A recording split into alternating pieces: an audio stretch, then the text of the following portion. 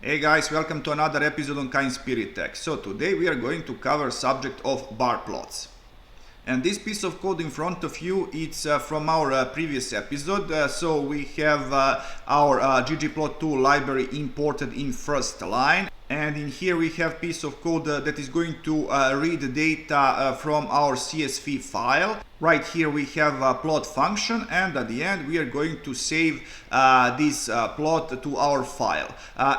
This is actually image view for our file that is going to be refreshed every time we execute this piece of code. And now let me show you that CSV file that we are going to use. So we have column month, we have income, we have state before payment, average working hours, working place, and the name of our worker.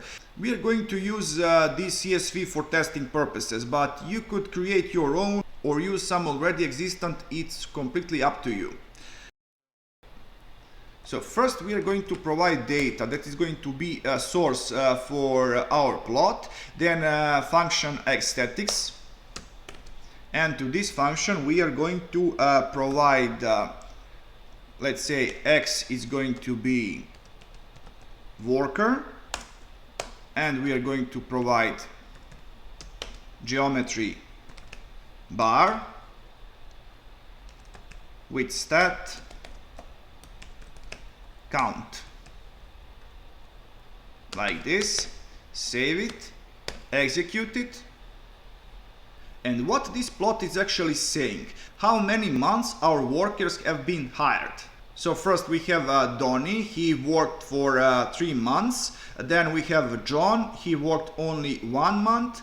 Then Mark 2 months, and at the end Mickey 4 months. And if you don't like this gray color, you could actually change color for your bars with fill command. And how to provide colors. The best way is to type pound and then HTML code for your color. So I'm going to use something like 05 FF AD. Save it, run it, and we have something more interesting. And if you want borders for your columns, you have to provide command color, and let's say black, like this. Save it, run it. And if you want your border to be thicker, you could use command line width, and let's say 2, run it. So what this 2 means, this is scaling number. So if you type 1, you are going to get default line width. Run it.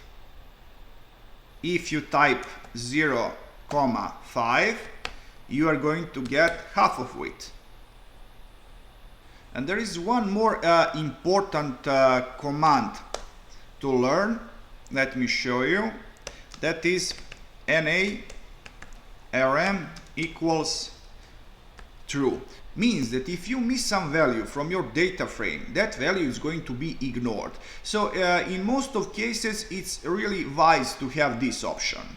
And now if you actually want to have some value, real value presented to your bar plot, you are going to use a different stat. Instead of count, you are going to use identity. So identity actually means that we want to present value, not count of something.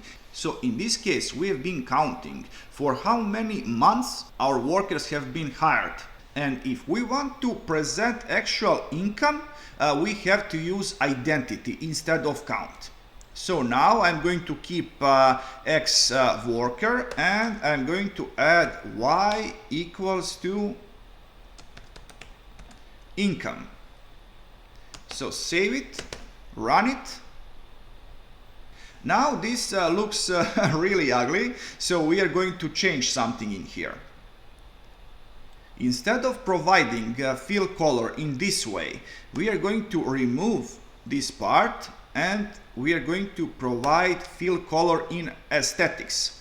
So we are going to say fill equals to income. Now filling color is going to depend on actual value. Save it, run it.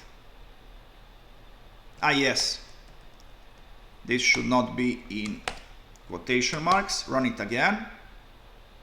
Yeah, this is much better. Now you have a legend on the right side, and value it's in range from 600 up to 900.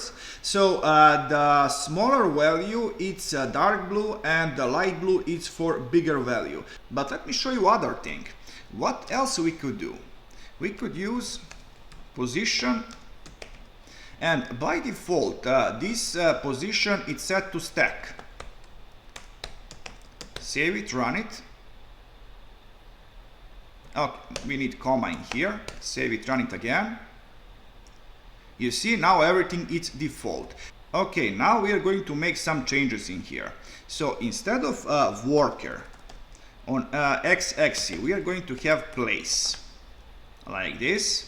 Income is going to remain on y-axis, and in fill we are actually going to set worker like this. Save it, run it. You see what we have now. But now instead of position stack, I'm going to say something like position dodge. Now run it.